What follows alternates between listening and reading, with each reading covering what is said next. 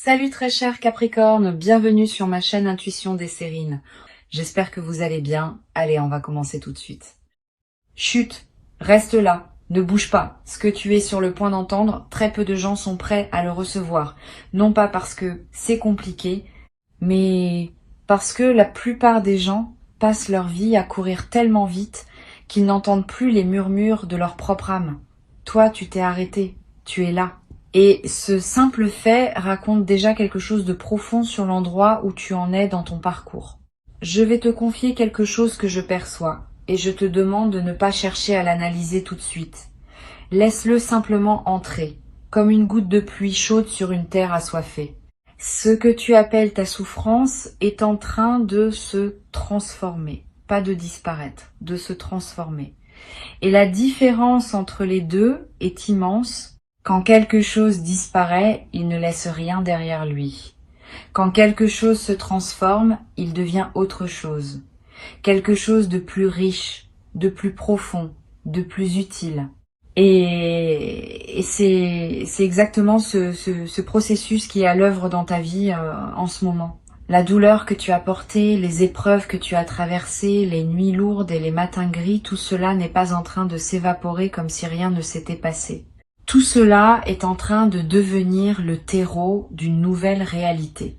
Et cette nouvelle réalité, laisse-moi te la décrire parce que je la sens avec une netteté qui me surprend moi-même.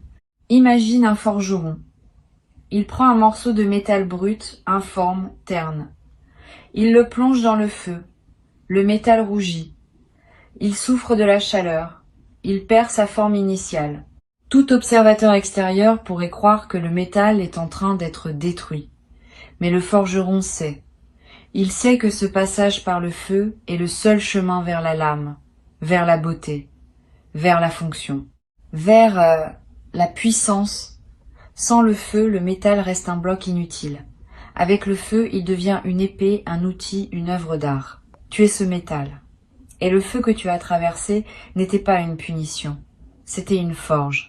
Ce que Intuition des Sirènes perçoit pour toi en cet instant, c'est que tu arrives au moment où le forgeron retire la lame du feu. Le métal est encore chaud, il rougeoie encore, mais la forme est là. La trempe est faite, il ne reste plus qu'à polir et à révéler l'éclat qui était caché sous la surface rugueuse. Il y a un mot que je voudrais installer entre nous comme une lanterne dans la nuit. Ce mot, c'est transmutation. La transmutation, c'est l'art de transformer le plomb en or. Les alchimistes d'autrefois passaient leur vie entière à chercher cette formule dans leur laboratoire. Ce qu'ils ne comprenaient pas toujours, c'est que la véritable transmutation ne se fait pas dans un creuset de cuivre. Elle se fait dans le cœur humain. Dans ta capacité à prendre une souffrance et à en extraire de la sagesse. À prendre une perte et à en tirer une liberté. À prendre un effondrement et à y trouver le socle d'une reconstruction plus solide. Et toi, sans même le savoir, tu es un alchimiste. Tu l'as toujours été. Chaque épreuve que tu as traversée, tu ne l'as pas simplement subie, tu l'as traversée. Ce verbe est important. Traverser, c'est entrer par un côté et ressortir par l'autre, c'est ne pas rester coincé au milieu. Et si tu es là aujourd'hui, en train d'écouter ces mots, c'est la preuve vivante que tu as traversé chaque tempête. Pas une seule ne t'a englouti. Pas une seule ne t'a gardé prisonnier. Tu es toujours ressorti. Peut être abîmé, peut être fatigué, mais debout, toujours debout. Et cette capacité à te relever, encore et encore, n'est pas un hasard. Ce n'est pas de la chance.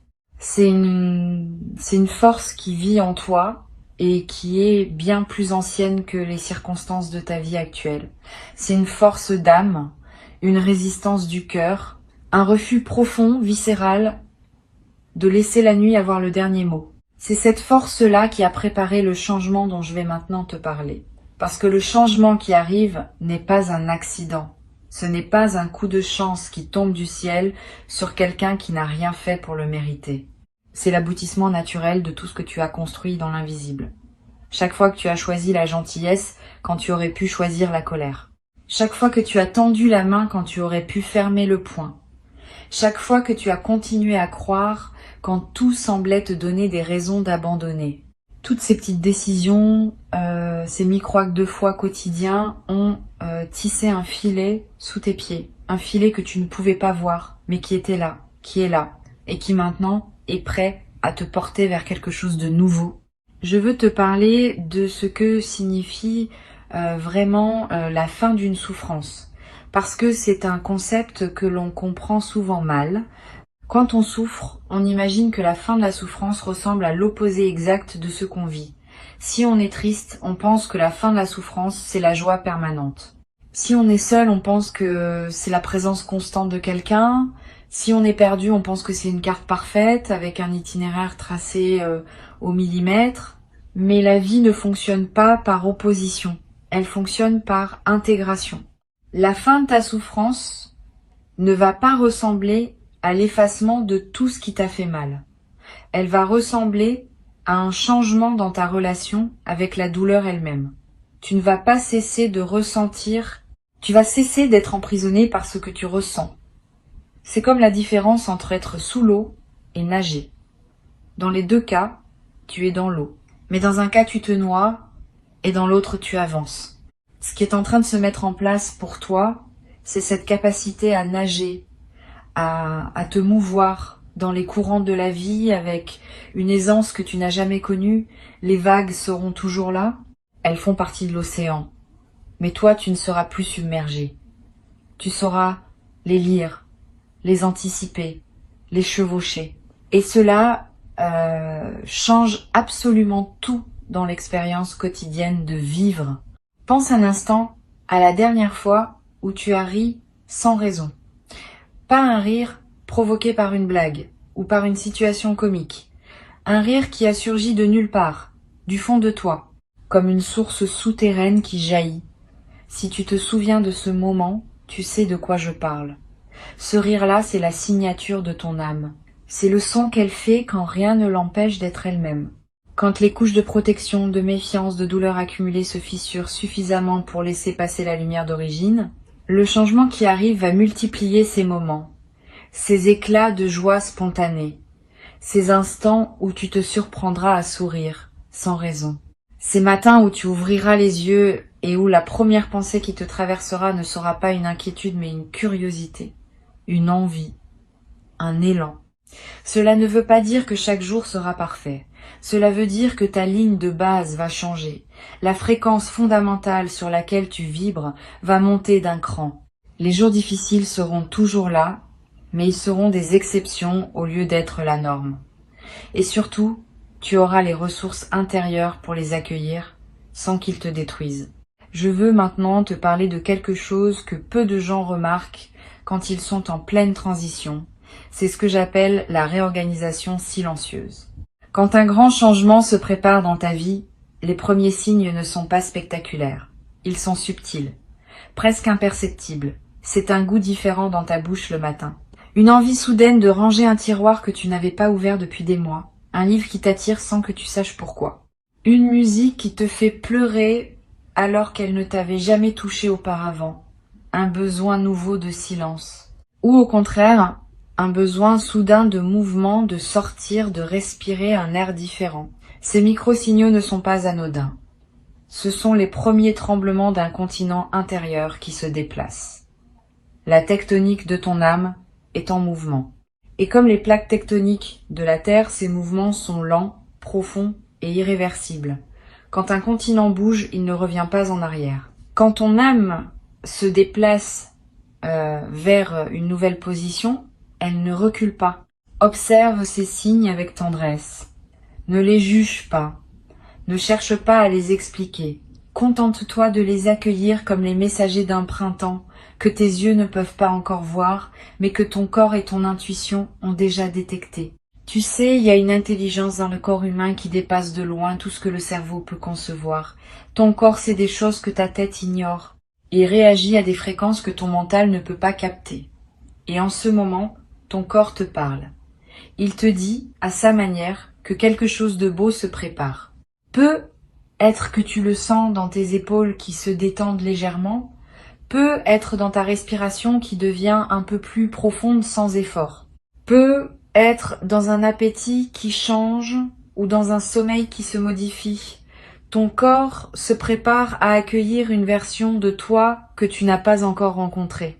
Fais-lui confiance. Il est ton allié le plus fidèle dans cette transformation. Il y a un aspect de ce changement que je veux aborder avec toi et c'est peut être le plus délicat. C'est la question du mérite. Quelque part en toi, il peut être une voix qui murmure que tu ne mérites pas que les choses s'améliorent, que tu as fait trop d'erreurs, que tu as blessé des gens, que tu as pris des mauvaises décisions, que tu as gaspillé du temps, de l'énergie, des opportunités. Et cette voix, elle peut être même des arguments convaincants, des souvenirs précis, des preuves accablantes. Mais cette voix confond deux choses.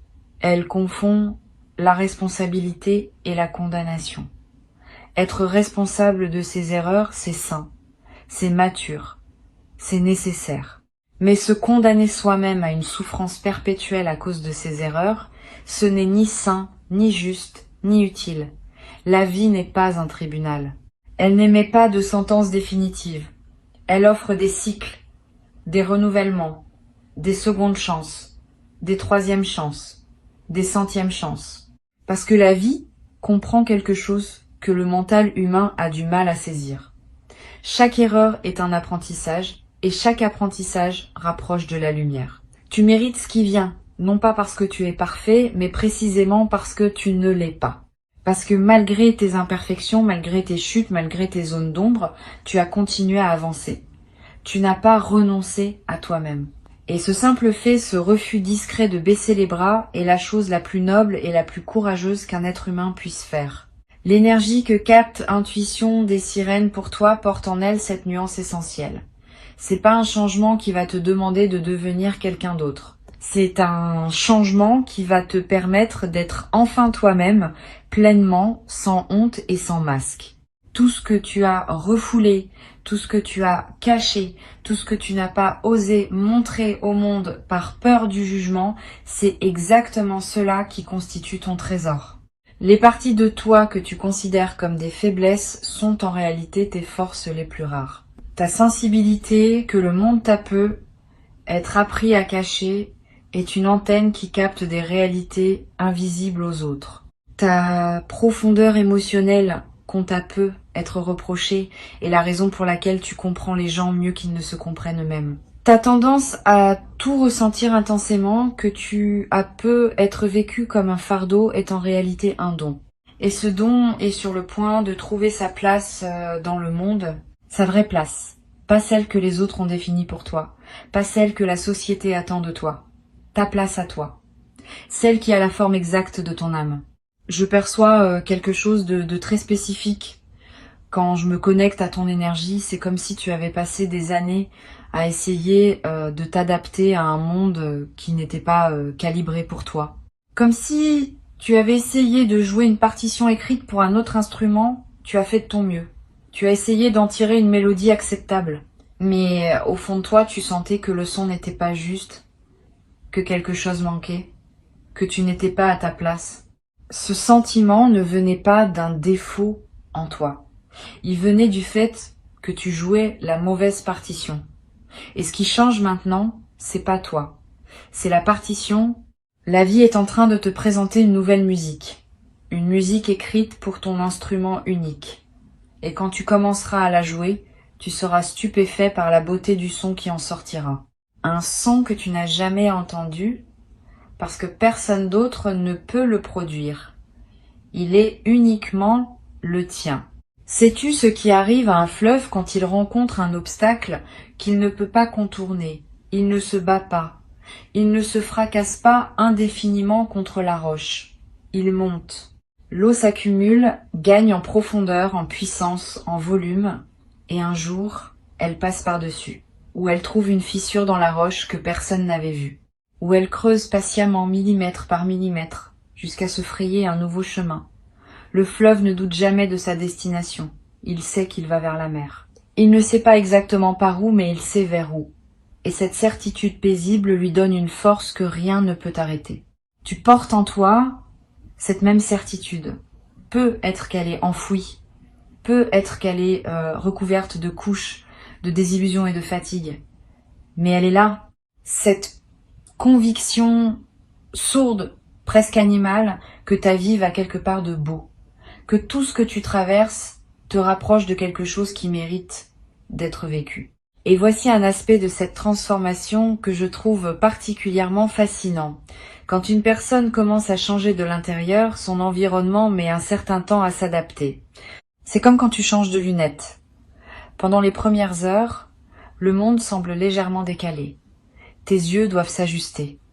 Et puis, assez vite, tout devient net. Plus net même qu'avant. Tu remarques des détails que tu n'avais jamais vus. Des couleurs plus vives, des contours plus précis.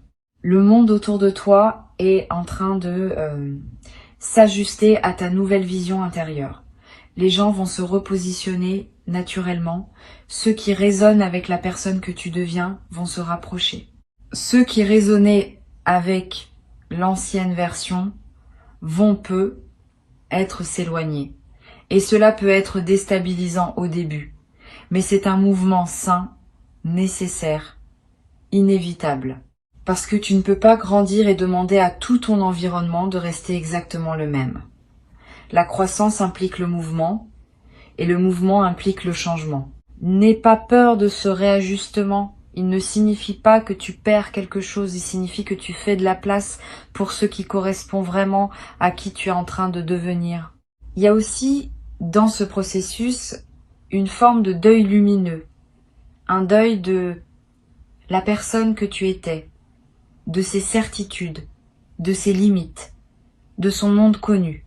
Et même si ce monde te faisait souffrir, il avait au moins le mérite d'être familier. L'inconnu fait toujours un peu peur, même quand l'inconnu promet d'être meilleur que le connu. C'est normal, c'est humain. Ne te reproche pas cette peur. Accueille-la, remercie-la même, parce qu'elle te prouve que tu es en train de franchir un véritable seuil. On n'a pas peur quand on reste sur place. On a peur quand on avance vers quelque chose de grand. Et ce vers quoi tu avances est grand. Pas grand au sens extérieur du terme. Grand au sens intérieur. Grand comme la paix. Grand comme la cohérence. Grand comme la sensation de se réveiller le matin et de ne plus avoir besoin de porter un masque pour affronter la journée. Maintenant, je veux te parler de la manière dont ce changement va se manifester dans ton quotidien. Pas dans des termes vagues ou abstraits, mais de façon tangible. Tu vas commencer à remarquer que les situations qui te drainaient auparavant n'ont plus le même effet sur toi. Non pas parce qu'elles ont changé, mais parce que tu ne réagis plus de la même façon. Là où tu aurais absorbé la négativité comme une éponge, tu vas la laisser glisser sur toi. Non pas par indifférence, mais par discernement. Tu sauras instinctivement ce qui te concerne et ce qui ne te concerne pas. Ce qui mérite ton énergie et ce qui n'en mérite pas. Cette capacité de tri émotionnel est l'un des signes les plus clairs d'une élévation intérieure. Elle ne s'enseigne pas dans les livres. Elle s'acquiert par l'expérience vécue et par la maturité de l'âme. Tu vas aussi remarquer un changement dans la qualité de tes pensées. Les pensées parasites, ces boucles mentales qui te maintenaient éveillé la nuit, vont commencer à perdre de leur emprise. Elles ne vont pas disparaître d'un coup où le mental est tenace, mais elles vont s'espacer. Et dans les espaces entre ces pensées, tu trouveras quelque chose que tu n'avais peu être plus connu depuis longtemps. Le calme. Pas le calme forcé de celui qui médite parce qu'on lui a dit que c'était bon pour lui. Le calme naturel de celui qui n'a plus besoin de fuir ses propres pensées. Le calme de celui qui est en paix avec son paysage intérieur. Ce calme va devenir ton refuge et ta force. Pas un refuge où tu te caches du monde, mais un refuge d'où tu t'élances vers le monde.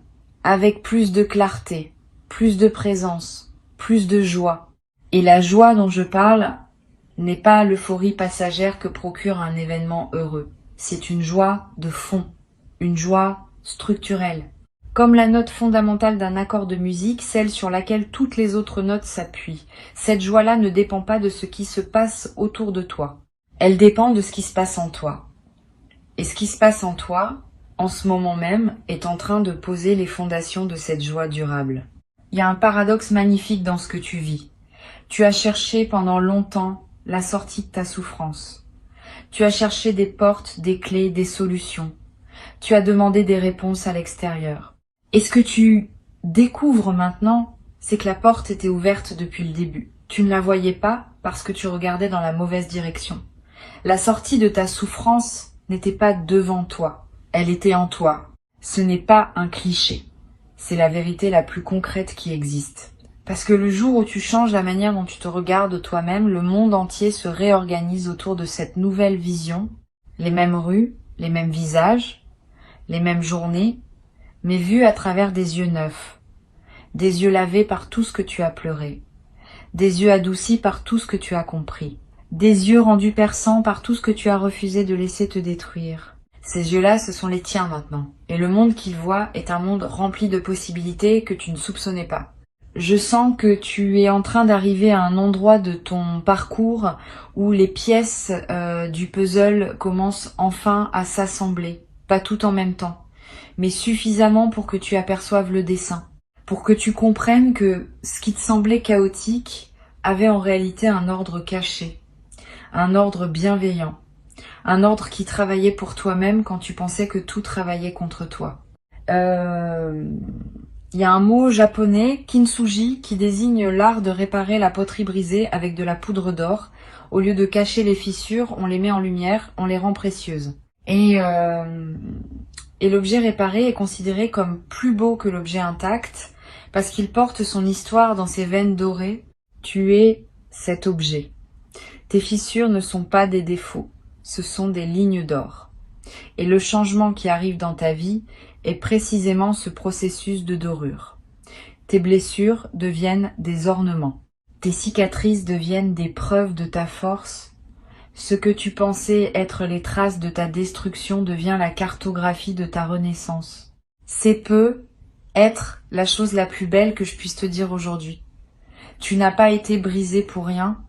Tu as été brisé pour être reconstruit en plus beau. Et cette reconstruction n'est pas un espoir lointain. Elle est en cours.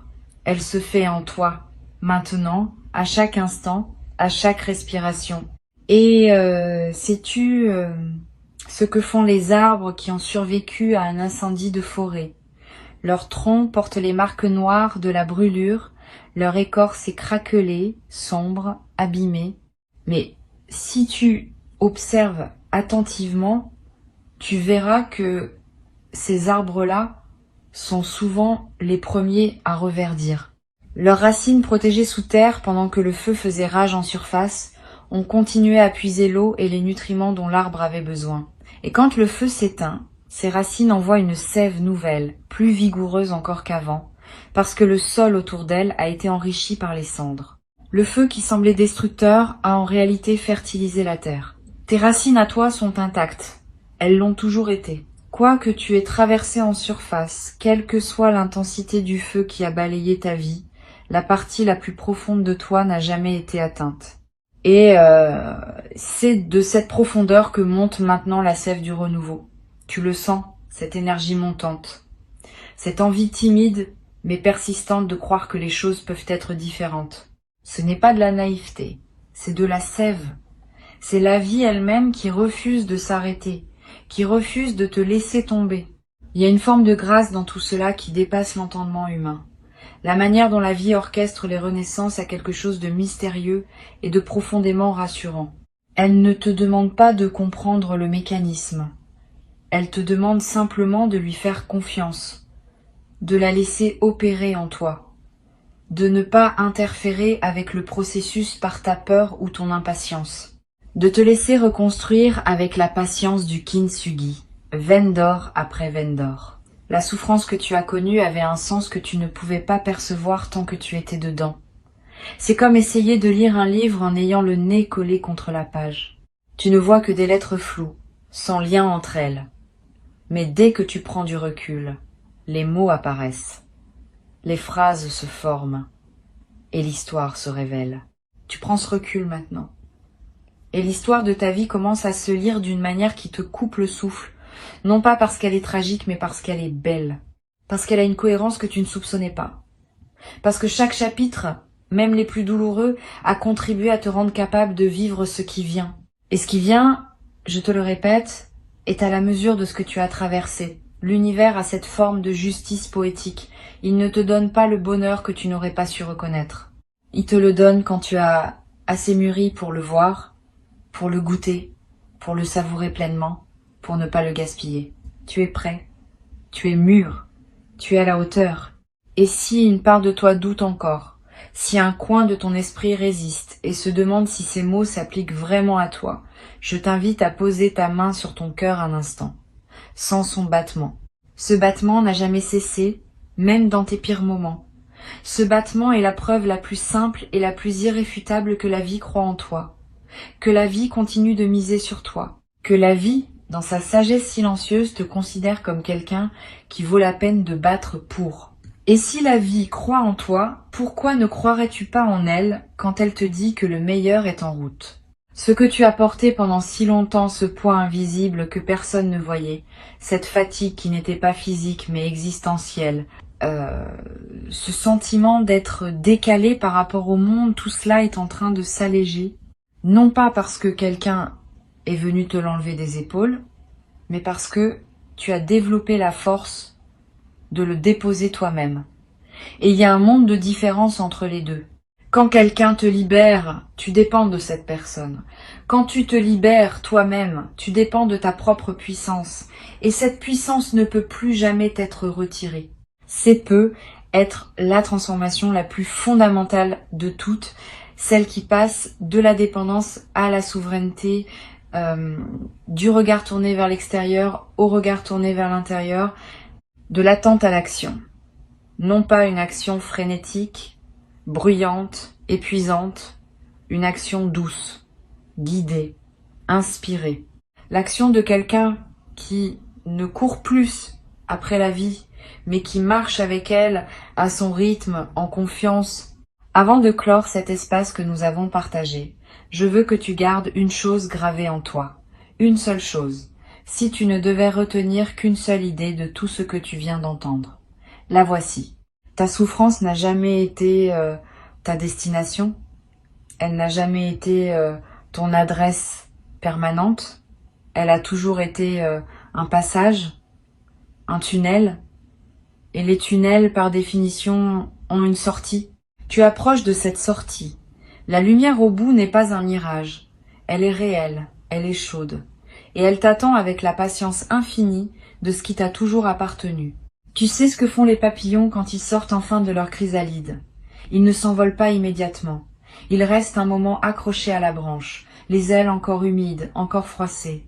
Ils laissent le soleil les sécher. Ils laissent le vent les déployer. Et ce n'est que après ce temps de patience, ce temps d'acclimatation au monde nouveau dans lequel ils sont nés, qu'ils prennent leur envol. Ce moment de pause n'est pas de la faiblesse. C'est de la sagesse instinctive. C'est le corps qui sait qu'il faut se préparer avant de voler. Tu es dans ce moment de pause. Tes ailes se déploient. Le soleil de ta nouvelle vie les sèche doucement. Et bientôt, très bientôt, tu sentiras sous toi le courant d'air ascendant qui te portera vers des hauteurs que tu n'aurais jamais cru possibles. Pas parce que tu as été choisi par une force extérieure, mais parce que tu t'es choisi toi-même. Parce que, au milieu de tout ce que tu as traversé, tu as fait le choix silencieux et radical de continuer à croire en toi, en la vie, en la possibilité que demain soit différent d'hier. Et demain sera différent, il l'est déjà. Si tu es arrivé jusqu'ici, si tu as laissé chacun de ces mots se poser dans ton cœur sans les rejeter, c'est que le message d'intuition des sirènes était destiné à te trouver, pas à te convaincre, pas à te divertir, à te trouver, comme une lettre que l'univers avait écrite à ton nom et qu'il attendait le bon moment pour te remettre. Ce moment, c'est maintenant, et toi, tu es exactement là où tu dois être. Respire profondément, souris, même légèrement, et sache que la prochaine fois que tu ouvriras les yeux sur le monde, tu verras quelque chose que tu n'avais jamais vu avant. Non pas parce que le monde aura changé, mais parce que toi, tu auras changé. Et c'est tout ce qu'il fallait.